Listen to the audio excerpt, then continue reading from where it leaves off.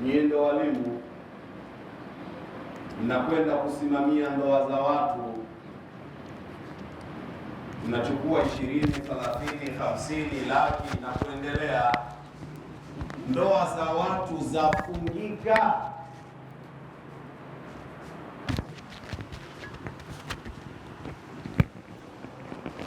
Wama yattasilu bih, pia ndani yake tutasoma vitu vyote ambavyo vyaungana na jambo hilo la ndoa.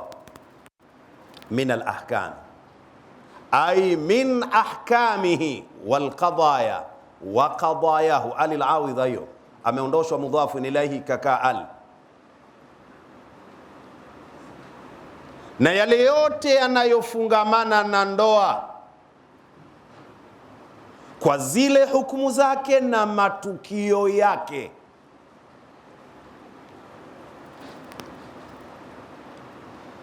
Takiwa ufuatilie vizuri hizi musalsalat,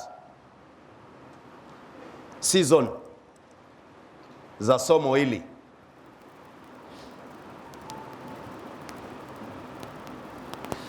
Ukienda kuvuruga ndoa za watu, wama alaina illa albalaghul mubin, sisi tulishaelekeza wakati huo, hilo lako na njia zako.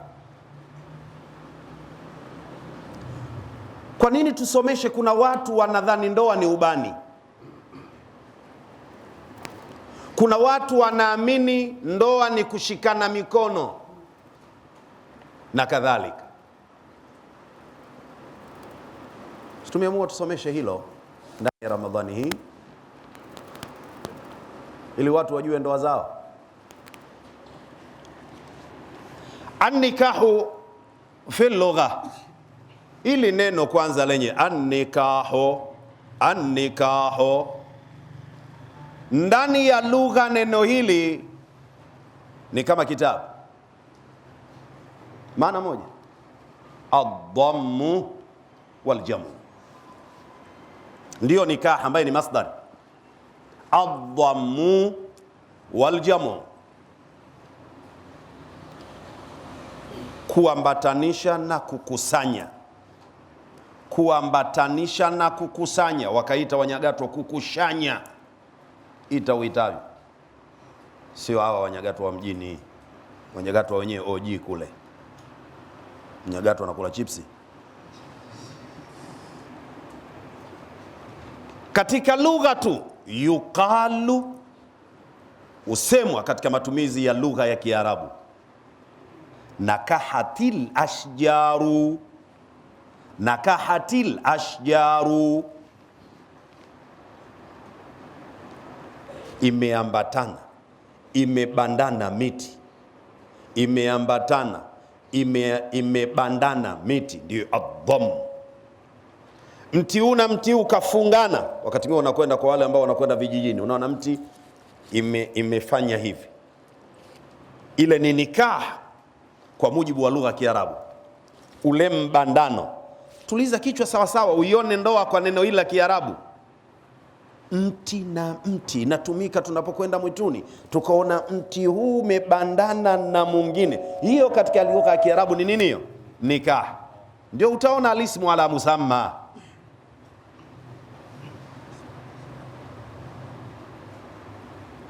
Tutatumia hivyo idha iltaffat ba'daha ala ba'dhin, ikitokea miti ile imezongana, imefungana hii na mingine, iltaffat. Umeona kule? Ndio maana ile kabeji katika lugha ya Kiarabu kaitwa malfuf, ile laf ikaitwa malfuf kwa sababu hii imebandana na hii na hii, ndio kaitwa vile kabeji. Idha iltaffat ba'daha ala ba'd, ikitokea miti ile imebandana yenyewe kwa yenyewe, nakaha. Lakini wa fi shar'i, unaanza hapo, na ndani ya sharia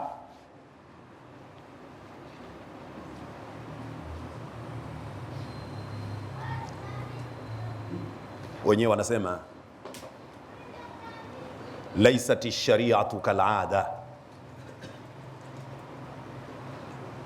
Sheria ifanani na mazoea, na ndio maana kuna utaratibu wa kutoa hoja na kuvunja hoja kisha kujibu hoja. Sasa zikitoka taratibu za sheria, wewe ukiwa unalalamika utakuwa unapiga makelele.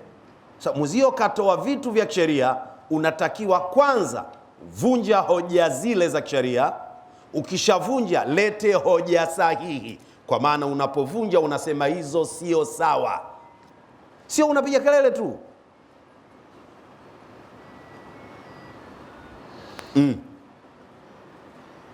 Tumeeleza hilo neno nikaha katika lugha, lakini katika sharia nini maana ya nikah? Ibaratun anil aqdi almashhuri. Ibaratun ni msamiati. Neno nikah ni msamiati anil aqdi. Msamiati huo unahusiana na kataba, makubaliano, muamala. Anil aqdi, msamiati unaohusiana na mkataba, unaohusiana na muamala, unaohusiana na fungo. Almashuhuri, fungo lililo mashuhuri. Na hapa mashuhuri inatumika katika maana 4. Ndugu wasomaji, kuna mashuhuri inayotumika katika lugha ya Kiarabu na kuna mashuhuri inayotumika kunako sharia. Neno mashuhuri linakuwa na maana gani? Na kuna mashuhuri inayotumika katika hadithi. Wataalamu wa hadithi wakisema hadha alhadithu almashhur, maana yake nini? Tusichanganye vitu. Lakini hapa atukusudii mashuhuri kilugha, atukusudii mashuhuri kisharia, atukusudii mashuhuri kimustalahul hadithi wala kisharia. Hapa inayokusudiwa mashuhuri ya kilugha, almaruf.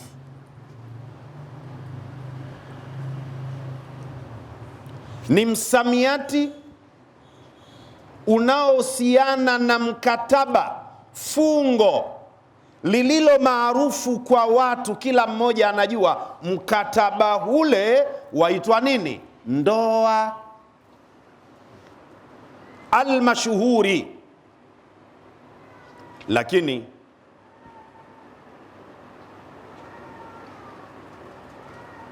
sharti lizingatiwe, almushtamili ala alarkani washuruti. Mkataba wenyewe huwa unaambatana na nguzo zake na sharti zake. Atuamui tu Sheikh Rajab kwamba tayari nishakuozesha. Almushtamili ala alarkani washuruti, ndoa. Mkataba huu unaambatana na nguzo na nini? Na masharti. Jua, tutaenda kuyasoma mbele. Kuna nguzo za ndoa na kuna masharti ya. Asije mtu akadhania ndoa ni vigeregere, ikishapita ama akadhania mtu ni sheba, sheba ndiyo ndoa. Mkataba huu una nguzo zake na masharti yake. Sasa wewe mwenyewe utakagua, ukishasikiliza ndoa yako ilikuwa ndoa au liayushwa.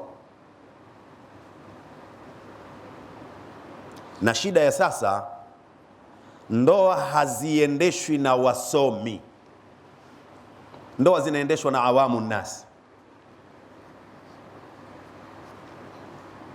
Anakuambia mtu, kama hujaingia chumbani kwenda kumuuliza bi harusi, ndoa hakuna. Fuatilia season hizi uone hilo limo. Shena kadi yake ndani kuna yasila tushafi na kadhalika, ubani maka, ubani mushtaka. Anataka aingie chumbani akamuone binti amuulize. Tusikilize, jukumu lako fanya kazi yako. Kuulizwa binti si jukumu lako. Ikizidi hapo, we jukumu lako kumuuliza walii wake ameridhia. Walii, baba, babu, ami, kaka, ndiye mwenye jukumu la kumuuliza nani? Binti kuridhia kwake.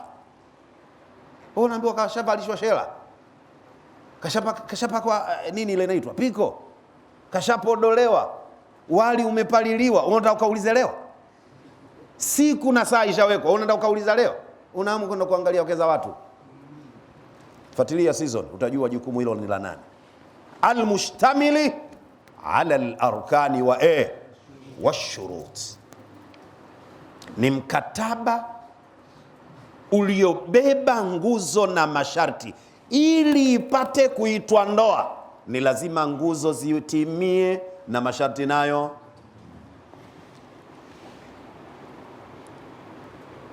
Hatujafika huko, tupo katika dibaji, utangulizi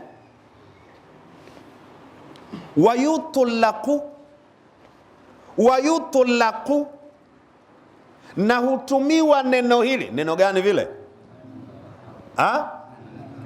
An-nikahu, hutumiwa neno hili ala al-aqdi wa ala al-wat'i lughatan.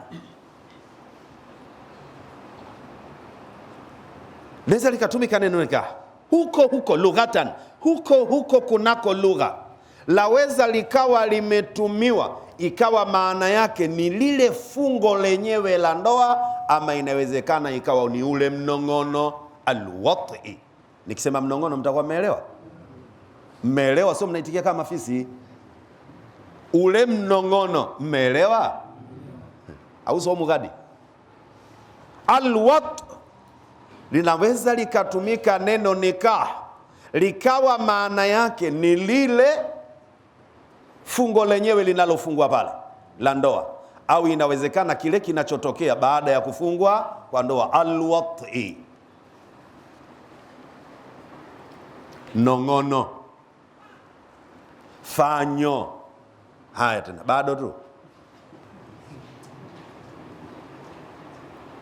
Qalahu az-Zajjaju, ameeleza al-Imamu az-Zajjaj kwamba maana mbili neno nikah laweza likatumika na likabeba maana zote, imma fungo la ndoa, ni imma lile tendo linalokwenda kufanyika baada ya kufungwa ndoa, kwa maana linalokusudiwa. Waqala al-Azhari,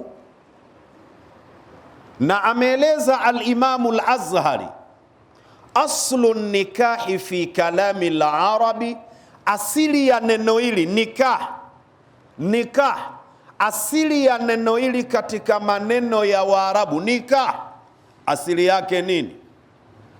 Alwatu. Al-Imamu al-Azhari anasema hapo ndio hasa nakaha. Rudi kule katika maana ile nakaha, nakahatil ashjaru, miti imefanyaje? Azana anasema Imamu al-Azhari, si unaona miti imefungana? Ile ndo asili yenyewe ya neno nikah. Unaelewa wewe au ndo somo gadi? Katika lugha ya Kiarabu anasema inatumika tanakahatil ashjaru, miti imebandana ala almusharaka, tana aliful musharaka hiyo. Na ndio anapita al-Imamu al-Azhari kwamba ili neno nikahu hili katika lugha ya Kiarabu asili yake alwatu, kunini. Ukisema nakaha maana yake amenini, mnanielewa? Kule kunini ndio nikah. Toeni sauti basi hiyo michina.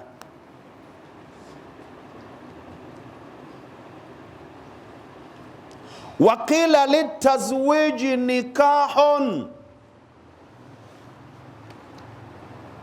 lakini usemwa pia litazwiji, lamu dharfi hiyo hiyo lamu dharfi asili yake fit-tazwiji, na usemwa pia katika kufungisha ndoa kwamba pale panafanyika nini? Nikahun. Ndio maneno ya al-Imam al-Azhari. Kwa nini? Liannahu sababul wat'i, kwa sababu lile fungo la ndoa ndiyo sababu ya mtu sasa anapata kibali cha kwenda kunini. Liannahu sababul wat'i, sababu lile fungo la ndoa ndiyo sababu mtu anakwenda kunini. Kwa hiyo hata ile ndoa nayo yaweza ikaitwa nikahu min babi dhikri sababi ala almusabbabi min babi almajazi. Kwa hiyo inakuwa ni majazi mursal. Alaka yake ni nini? Min dhikri sababi ala almusabbab, min babi dhikri sabab ala maza ala almusabbab, ikiwa katika mlango wa kukitaja chanzo kwa lengo la kile kinachosababishwa. Chanzo cha kunini fungue ndoa. Waqala al-Farisi,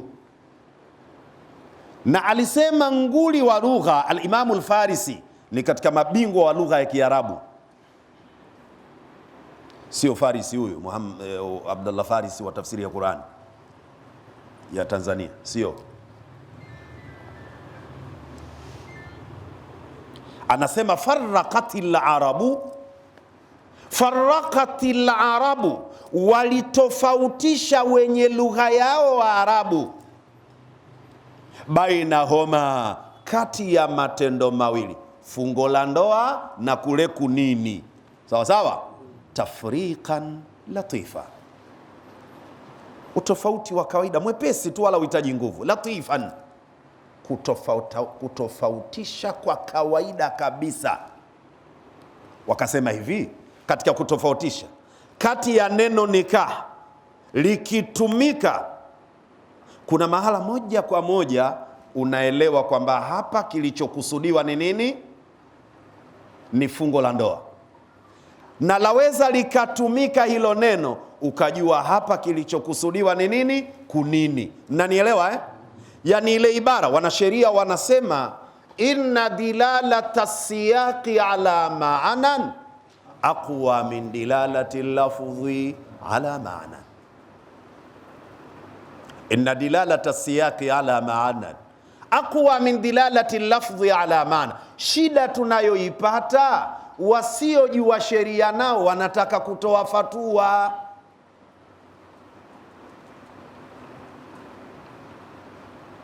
Faqad tusawibu almukhti'a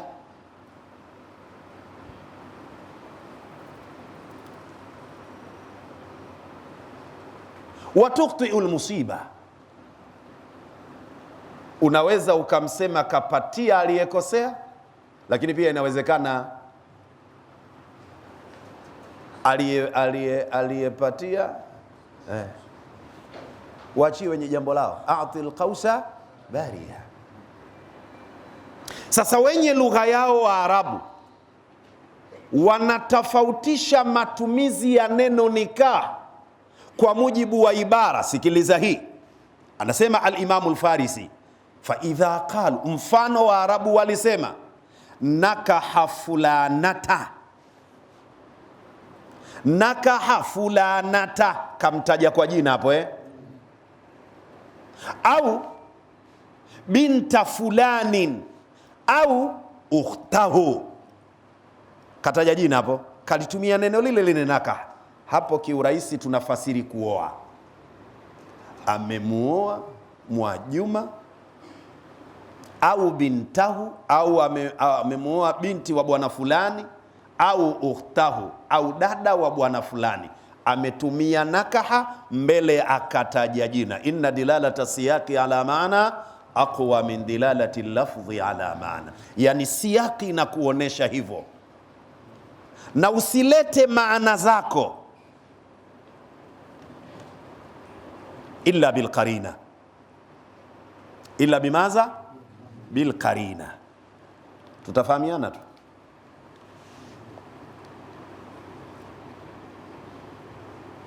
Wanasema ikitumika hivyo, kataja kwa jina, kalitumia neno nakaha, inakuwa aradu akada alaiha. Aradu madha aqada alaiha, alichokikusudia hapo maana yake nini? Amemuoa. Aqada alaiha, amemuoa, kwa sababu katumia jina.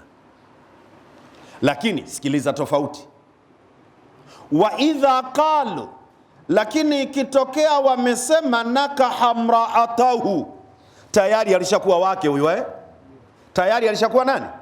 Nakaha mraatahu au nakaha zojatahu, alishakuwa wake. Hatuwezi kufasiri kwamba ameoa, sababu tayari ni zaujatahu kwa karina. Itakuwa amefanyaje? Amemtongoza, amemnini, sijizime data, amemnini, kwa sababu imraa katika lugha ya Kiarabu asili yake ni zoja. Imraa, idh qalat imraatu Imran, awi mwanamke tu wa kawaida, ni mke. Kwa aliposema nakaha mraatahu, tayari alishakuwa mkewe. Awesema amemuoa mkewe. Mtu haoi mkewe. Nasema mtu anaoa mkewe? Ameoa kama ni mwanamke tu ndo anakwenda kuwa nani? Mkewe. Kwa hiyo ukishasema kwamba nakaha mkewe, basi usipate tabu hapo, maana yake kadinyaha.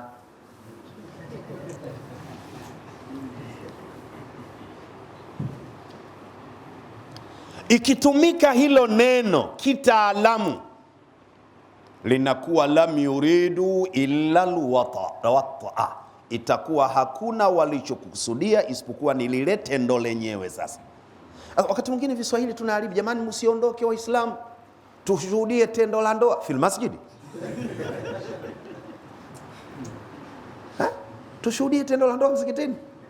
Yaani imamu kajikaza, Waislamu tujitahidi tushuhudie tendo la ndoa. Ya subhana, wewe na kayahu wa lugha sawahilia, tuharibia lugha ya Kiswahili bwana.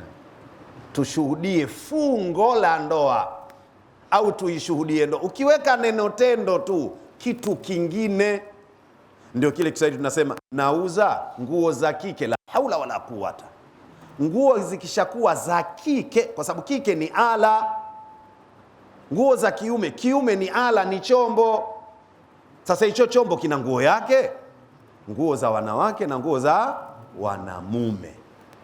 Sasa maimamu, msije mkasema jamani tushuhudie, tusubirini kidogo tuwe mashahidi katika kheri, tushuhudie tendo la ndoa. La haula wala quwata. Inabidi tukimbie sote, tutatusababishia laana hata kufanya msikitini. Kwa hiyo kuna ile misamiati inapokuja, kuna haja ya kuwa makini sana.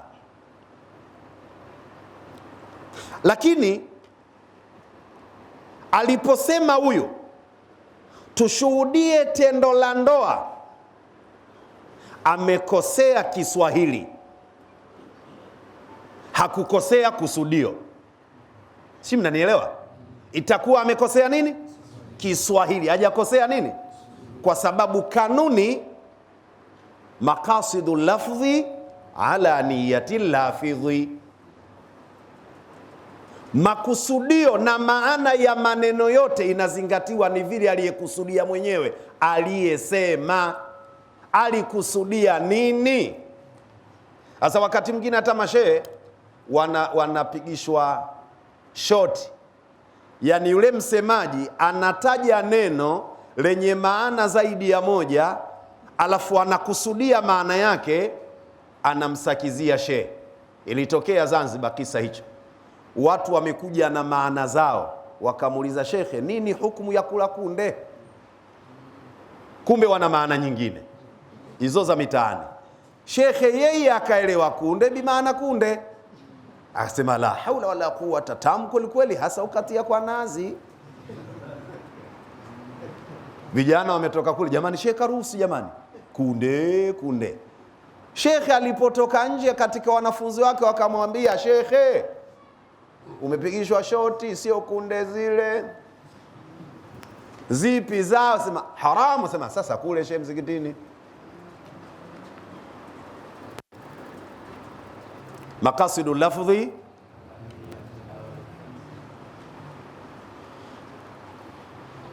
Kwa hiyo yeye kakosea kwenye Kiswahili, lakini lengo lake ni jema.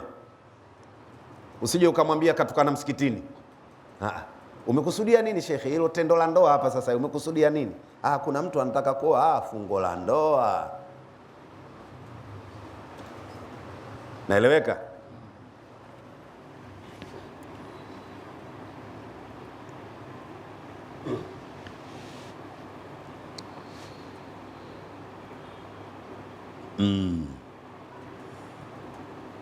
Waqala al-Jawhari, akasema al-Imamu al-Jawhari, an-nikahu al-watu, asili neno nikah ni lile tendo lenyewe la kule ndani, lile ndio nini? Nikah. Lakini akasema al-Imamu Jawhari, waqad yakunu al-aqda, waqad yakunu al-aqda, ay waqad yakunu nikahu al-aqda. Na kwa hiyo hapo aqda imma itakuwa mansubu lafdhan wa maana, au itakuwa ni mansubu lafdhan duna maana.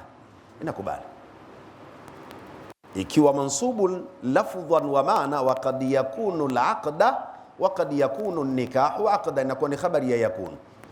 Lakini ikiwa ni mansubu lafdhan duna maana, itakuwa wa qad yakunu an-nikahu bimaana al-aqdi. Kwa hiyo asili yake hiyo ni majururu. Sawa? Ilmu tunaambiwa na walimu zetu, kitu cha kwanza ni kutamka herufi, kitu cha pili maweko. Kwa makini sana. Elimu kitu cha kwanza ni nini? Kutamka vizuri. Kala, usije ukasema kala kitu kingine hicho.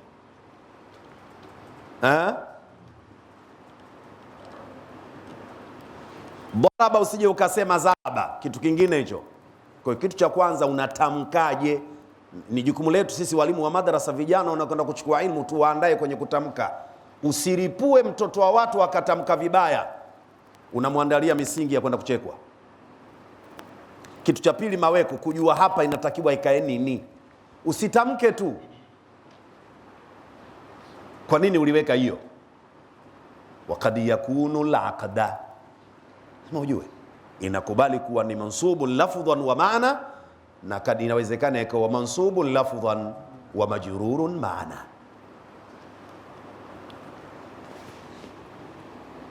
Waqtalafa al-fuqahau, ulimwengu wa leo, wasomaji wa leo, sisi wasomaji viburi, hadana Allahu wa iyyakum, tunafumbia macho jitihada za kielimu. Kunako vitabu tunasoma waqtalafa alfuqahau, kuna mahala wanasharia wamevutana, hawa wamesema A na hawa wamesema B. Anatokea msomi anasema hakuna kabisa kitu kama hicho. Ndio yule bwana aliuliza, wewe nani mpaka ufikie kusema hakuna kabisa? Kwani wewe nani katika ulimwengu wa elimu? Wanawadiru la taani al-adama, an-nawadiru la taani al-adama, uwadimu wa vitu haina maana hakuna kabisa. Sasa hivi bwana, vijana tumekwisha, hakuna kijana wa kufika kula mpaka kilo 1.5. Adimu wapo shekhe, kawaida ya Mwenyezi Mungu kizazi ya malizi chote. Na ndio maana juzi tu hapa kulikuwa na mtu mrefu hapa, hakuna mfano wake, mbande mpiga debe, kibao anaweka juu ya aisi pale. Kizazi kile bado kipo, chuma kimesimama, kibao akaweka juu ya aisi, bagala bagala bagala. Ukimwona unaweza ukakimbia, insun am jinnun, kizazi akishi. Na unamuona kijana na miaka 9 mnene huyu, kizazi akishi. Mnanielewa? Kulikuwa na vijana zamani wakishafunga ndoa wana uwezo wa kusoma kiraa mpaka 5. Nielewe, kama uelewe maneno sio yako. Walikuwa wana uwezo wa kusoma mpaka kiraa 5. Je, wameisha kabisa? Dimu tu. Hata humu inawezekana yupo japo mmoja wawili. Kimpa msafu anasoma kiraa 5. wewe unaishia matayasara, tunataka kofi lipigwe haraka wahitimishe. Ndio hivyo sheku pia. Wapo vijana kizazi hakiishi. Sasa sisi wasomaji wa leo tusiyechunga misingi na kanuni za kielimu, tunafikia kusema hakuna. Wa fi'lan anaweza mtu akamkasirikia na kumshuti mwingine. Ndio ninasema kila siku kisharia, wewe unaelekana hujui hata elimu mwenyewe. Unamkasirikiaje mtu kwenye jambo ambalo mwenyewe Mungu kampa thawabu? Kwa sababu kanuni ya amrun mukhtalafun fihi, aliye A kapata thawabu, aliye B kapata thawabu, kwa sababu wote wamefanya jitihada. Na kanuni ya jitihada, aliyefanya jitihada akapata, anapata malipo namna ngapi? Na aliyefanya jitihada akakosa, anapata pia malipo, lakini namna ngapi? Kuna aliyekosa hapo.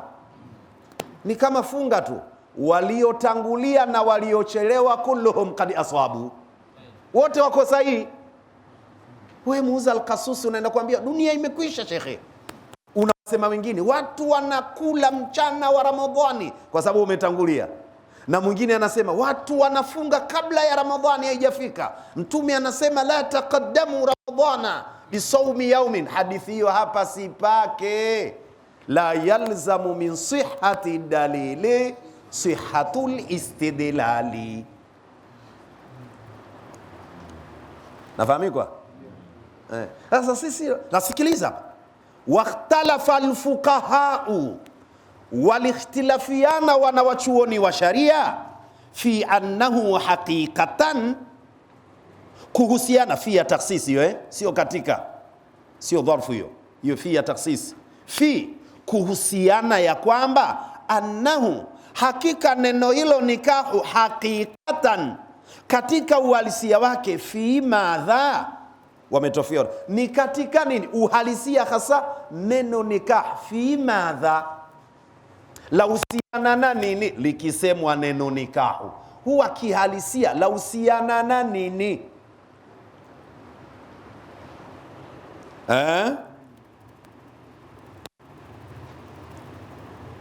Ala aujuhin, kwenye zile sura, njia, hakaha alqadhi Husainu, alizozieleza Qadhi Husainu. Kataja nyingi, kwa mfano ahaduha, ahadaha, ahadiha. Hiyo lamu ni muthallatha, lamu alkalima, dalio ni muthallatha, inakubali rafu, inakubali nasbu, inakubali jari. Kazi kwako, soma nahwu. Annahu awla awalan an yu'lama idhil kalamu dunahu la yufhama. Ala aujuhin ahadiha, ukipita hivyo inakuwa hii sasa ni badali. Tukisoma ahaduha maana yake wahea, inakuwa sasa ni khabari ya mubtada. Na tukisoma ahadaha aani au ahusu, inakuwa maf'ulun bifi'lin mudmarin. Annahu haqiqatun au haqiqatan fil wat'i, haqiqatun au haqiqatan fil wat'i. Neno nikaha katika uasilia wake linatumika kwa maana ya tendo, lile jambo lile kule kunini kule, ndiyo nikahu maana ya kwanza. Hiyo ni katika hakika, maana yake ya hakika. Nasoma katika usulul fiqh na katika balagha, maneno yana hakika na nini na majazi, maneno ya Kiarabu lakini ambayo wasiokubali majazi wanaita nini? Ishtirak. Kuna watu wanasema la majaza fil Qur'an. Sasa kama sio majazi tutaita ishtirak. Ndio hiyo hiyo tu, Suleimani kumuita sele.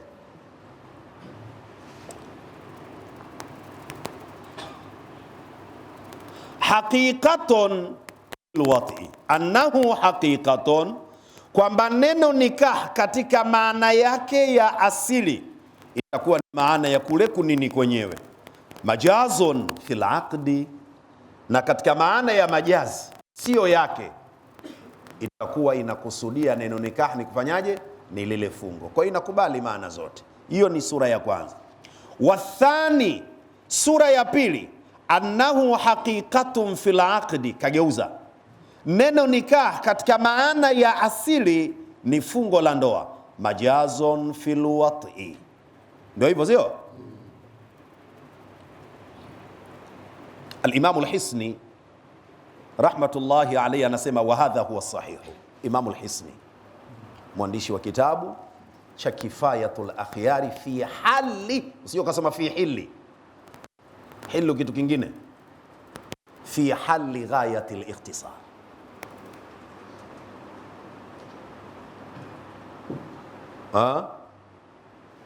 Al-Imam al-Hisni anasema wa hadha huwa sahihu, tena katika kazo dhamirul fasli baina al-mubtada'i wal khabar, na hii hasa ndiyo maana yake hasa. Wasahahu al-Qadhi Abu Tayyib, sio ile wa kwanza Qadhi Hussein, na amesema hiyo ndiyo sahihi Imamu Qadhi Abu Tayyib. Wa atnaba fil istidlali lahu, Qadhi Abu Tayyib atnaba, alikunjua maelezo, alieleza. Kuna kitu katika balagha mnaita itnabu, atnaba yutnibu itnaban fahuwa mutnibun wa dhaka mutnabun.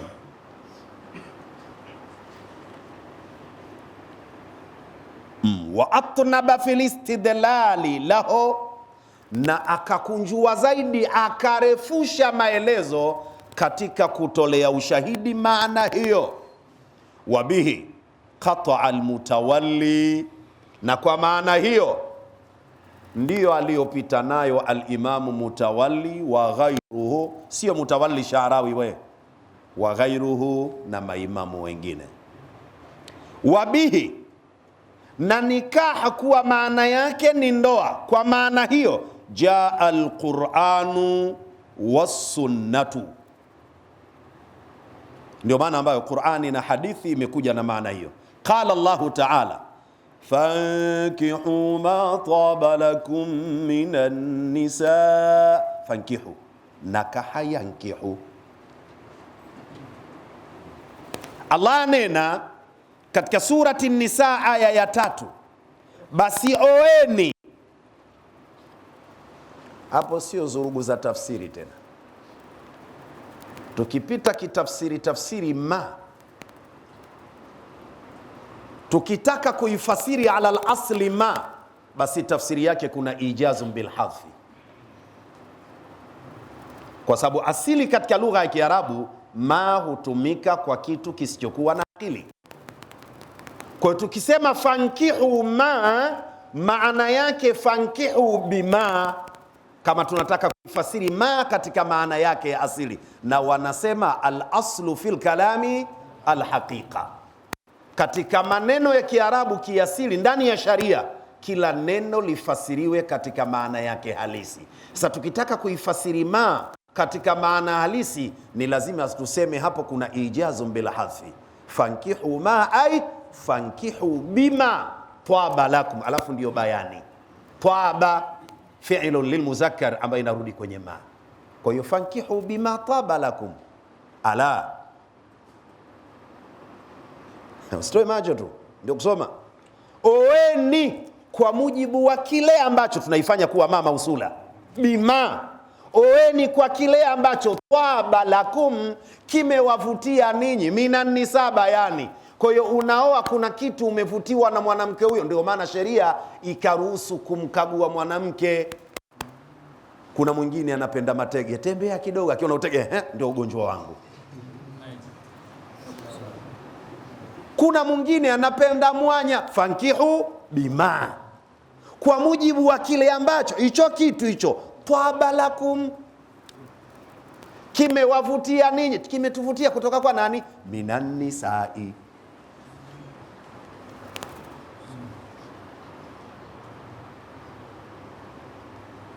Hiyo ni kwa maana ya kwanza. Lakini maana ya pili, fankihu ma taba lakum, Ma ni ismu walakinahu shabihun bilharfi. Ma ni nini? Ni ismu katika lugha ya Kiarabu, lakini shabihun bilharfi. Ikiwa ni shabihun bilharfi, shabihu inachukua hukumu ya yule anayeshabihishwa naye, na kanuni katika grama, alhurufu tatanawabu kama tatanawabu dhurufu. Kwa hiyo ma inamwakilisha man, maana ya pili, kwa fankihu man taba lakum. Sasa kwa nini imekuja taba? Biitibari lafdhi la biitibari almaana. Kwa tutafasiri kwa maana hiyo, ma imekuja kumwakilisha man. Oweni yule ambaye kakuvutieni. Nyinyi si mnanielewa? Kwa hiyo ma hapo, huyo ni mwanamke, au sio? Aweza soma vizuri tu. Usiposoma vizuri, bora ujue kidogo, lakini kile kidogo chako ulikifahamu vizuri, kulikoni kulazimisha ujue vingi alafu vikakuchanganya. Allah akikuruzuku kitu kidogo ukakifahamu vizuri, mshukuru Mungu. Hiyo mistari mitatu yako tamba nayo. Mnanielewa vizuri eh? Ndio maana huwa ninasema kusoma si jambo la maana. Jambo la maana kuelewa ulichosoma. Na kama hujui, utakuwa kazi yako kulalamika, tunakutukana wenzio kila siku. Wenzio wanakaa darasani, wanapiga makelele ya nini? Uonewi.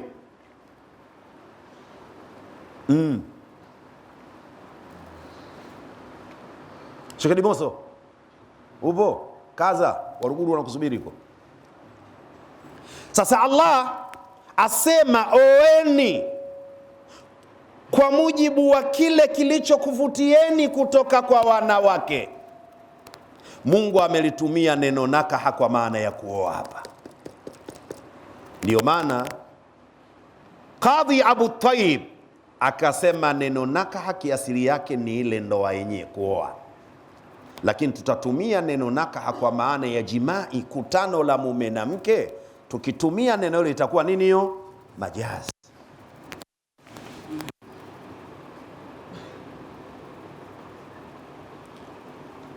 Wa ghairuha min alayat, na zipo nyingine nyingi katika aya zimetumika neno nakah. Wa qala alayhi salatu wassalam, inkihu alwaluda. Mtume katumia neno nakah, katumia fi'lu amri. Inkihu oeni wanawake wenye kizazi. Inkihul waluda, oeni wanawake wenye nini? Kizazi. Sasa we Sheikh Mtulia ukisema mimi na watoto kadhaa, alhamdulillah, mimi nataka mwanamke akustarehe naye tu. Ushapata watoto, hujaziliwa, lakini kiasili lazima tupate nini? Watoto. Mtume akajifaharishe nao. Inkihul waluda, oeni wanawake wenye nini? Neno nakaha, yankihu, inkihu ala aljam'i. Wa ghairuhu min alhadithi, na zikuna hadithi nyingine kibao. Sawa sawa. Wa qawluhu, kule katika anwani ya somo aliposema wama yattasilu bihi min alahkami, kwenye mlango tutasoma na vile vyote wama katika usuli ni sigha min siyaghil umumi, na vile vyote ambavyo kwamba yattasilu bihi, vinavyoungana na hiyo ndoa, minal ahkami, katika zile hukumu zake, pia tutazisoma.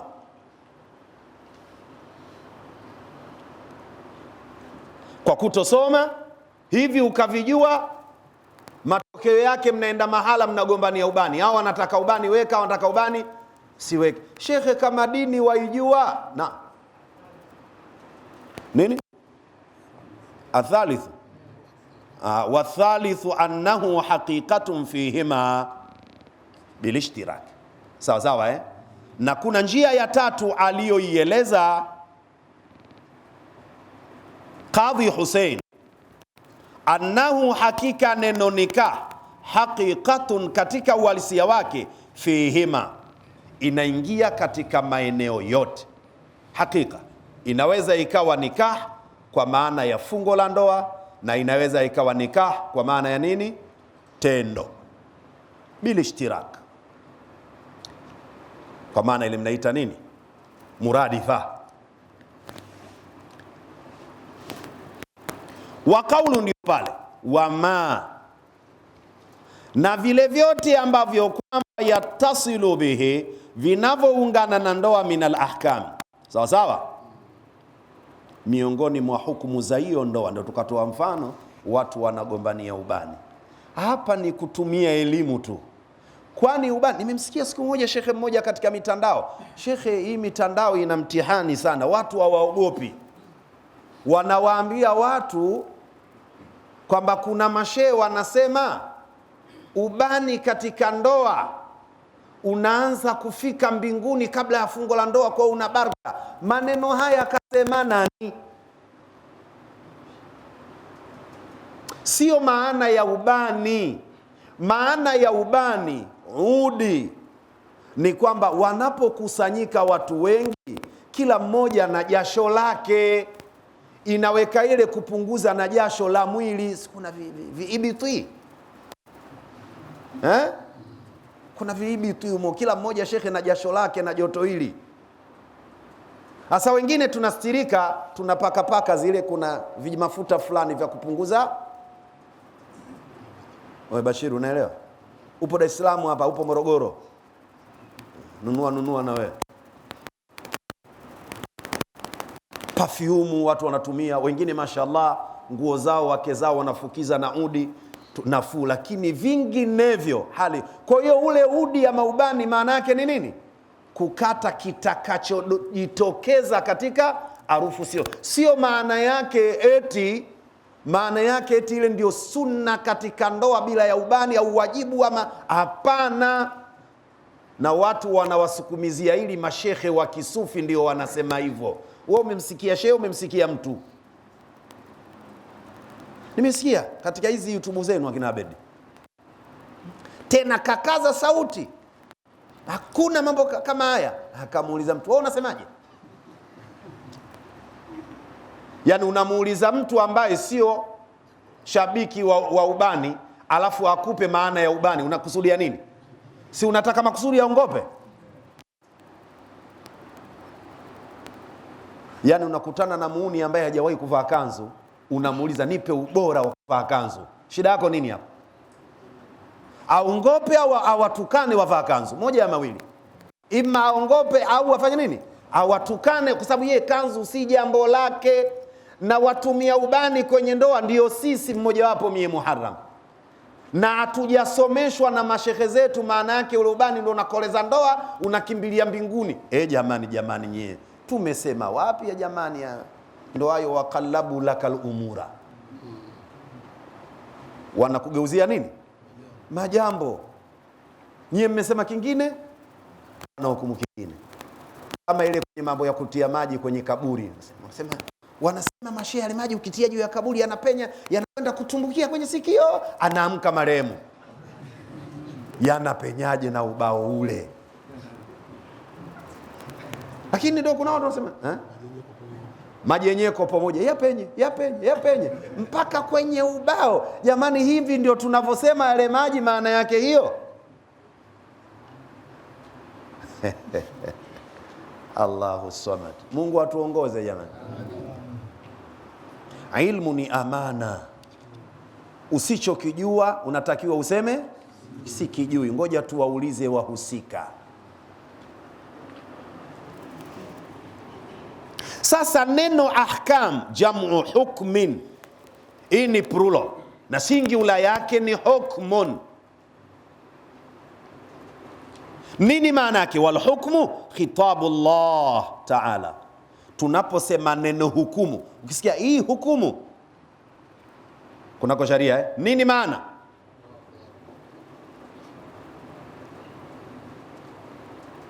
Khitabullah ni maelekezo ya Allah.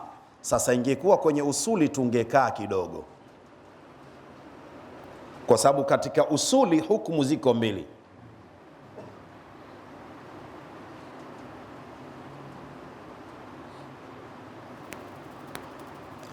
Kuna hukmu al-fi'li na kuna hukmu shar'i.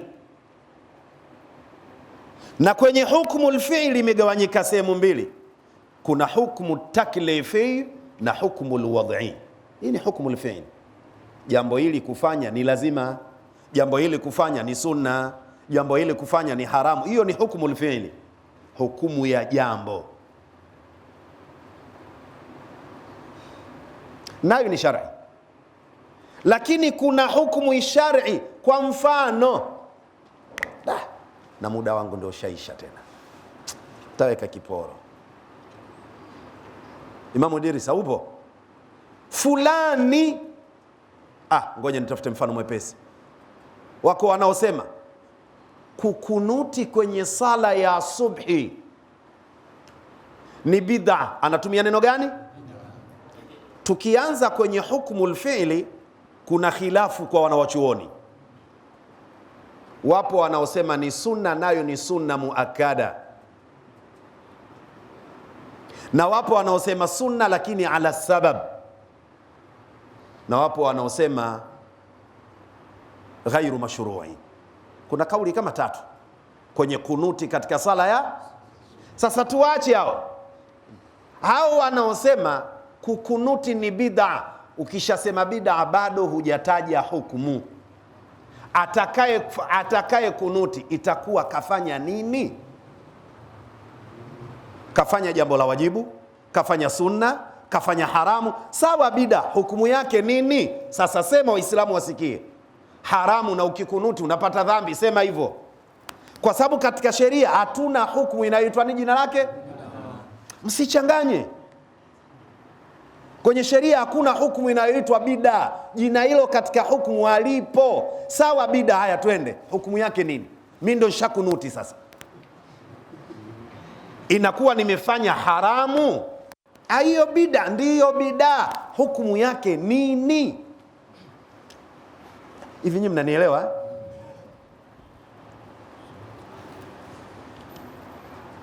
Bwana wewe umefanya kitendo fulani, hicho kitendo hakifai, umekosea. Sawa, hakifai, kakosea, hukumu yake nini? Sijui mnanielewa? Hukumu yake, lete hukumu, kwa sababu ukisema haram, alharamu ma haramahu Allahu wa rasuluhu katika sheria. Nyinyi mnanielewa? Haramu ni ile ambayo Mungu ndio kafanyaje, ama Mtume Muhammad. Kwa hiyo kama Mungu kaharamisha ama Mtume, maana yake unatakiwa ulete aya iliyotaja jambo hilo ama hadithi iliyotaja. Lakini ukileta maneno na akili yako bado. Jamani, nyinyi mnanielewa?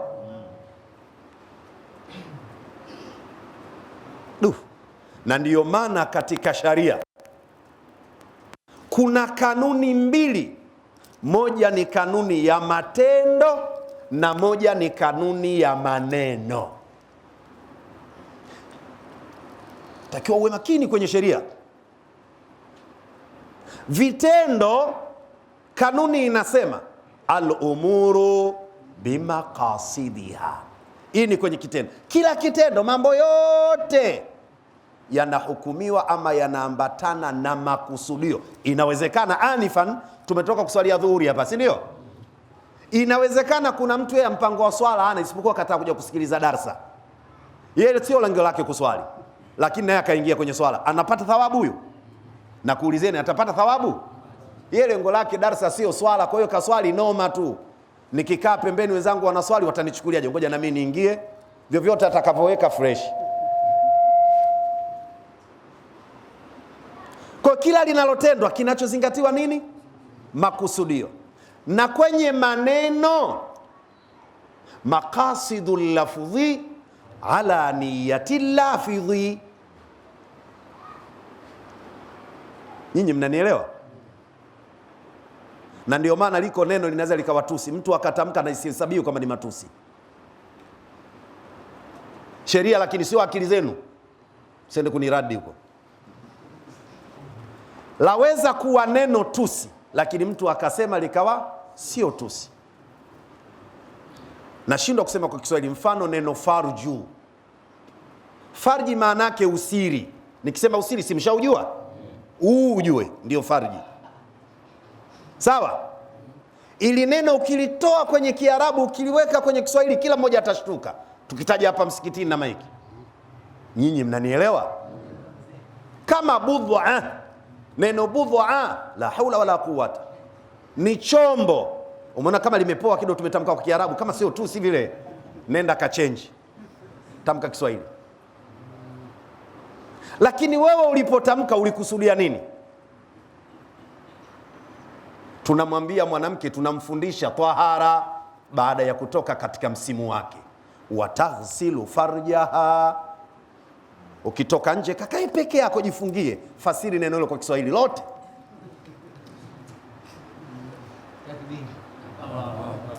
Na hilo hilo lichukue, wa kharaja min farji ummiha, akatoka kwenye farji ya mamake. Nenda nyumbani, kaa peke yako.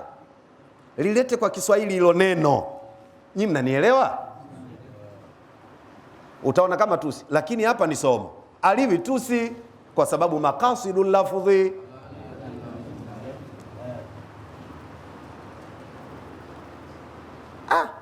Twende bana, muda wangu ushaisha na robo hii, tufike kwenye kituo. Kwa hiyo ni hukumu, khitabullah ni maelekezo ya Allah almutaalliqu bi af'ali almukallafina, maelekezo yanayohusiana na matendo ya wabebeshwa majukumu. Mukallaf ni mtu mwenye kubebeshwa majukumu ya sharia. Kuna mukallaf wa ghairu mukallaf.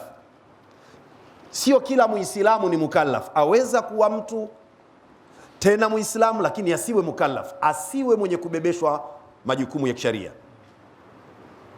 Na neno mukallaf tumefundishwa mpaka kwenye vitabu vya msingi akina mabadiul fiqhiyya.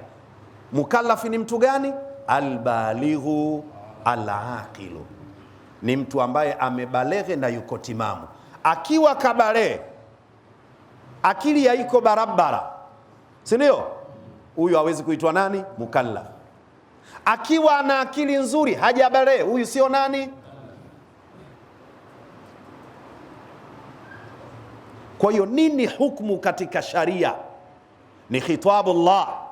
Ukisikia hukumu ni maelekezo ya Allah almutaalliqu, maelekezo yanayofungamana, yanayohusiana biaf'ali almukallafina, na mafanyo na matendo ya nani? Wabebeshwa majukumu. Sheria imekutaka hili lazima ufanye, ili kufanya ni sunna, ili kufanya ni karaha, ili kufanya ni haramu, si ndio hivi? Na hili kufanya ni mubah. Tutaeleza huko mbele. Anasema sawa, ni sawa tu, itabaki kuitwa hukumu kana talaba fi'lin, kana talaba fi'lin. Maelekezo haya yalikuwa yanatutaka kufanya,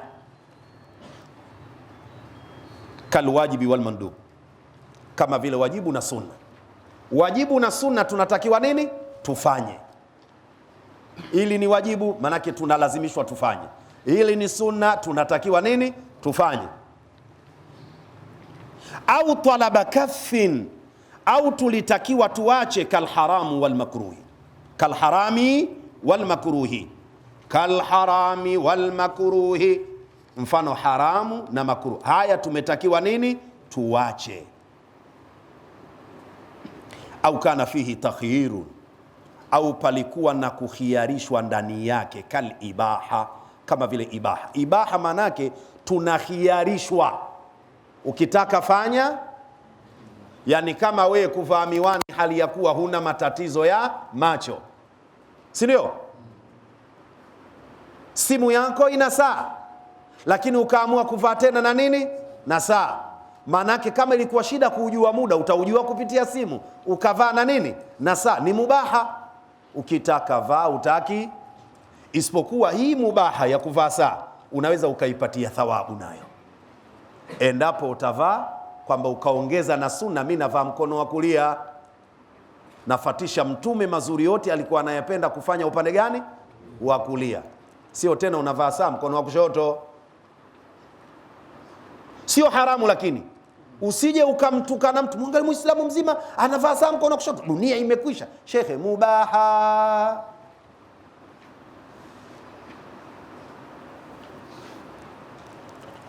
Jamani, naeleweka kidogo? Wa qawluhu wal qadaya, na aliposema neno kwenye anwani wal qadaya, al qadaya jamu qadiyatin, ni jamu ya neno qadhiya. Wal qadhiya qaulun, ukisikia qadhiya tukio.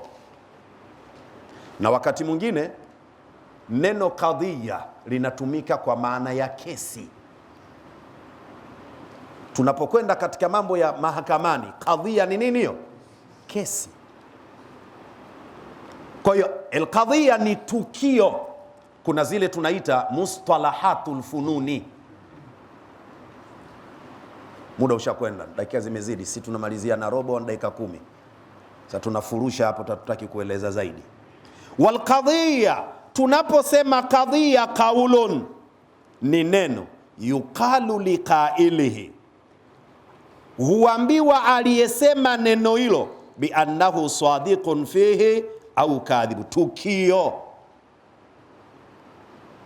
Kwa hiyo kuna mtu anaeleza tukio, si ndio hivyo alieleza tukio, ima tunamwambia kasema kweli ama itakuwa kaongopa, kwa sababu si tukio limetokea, anafanyaje?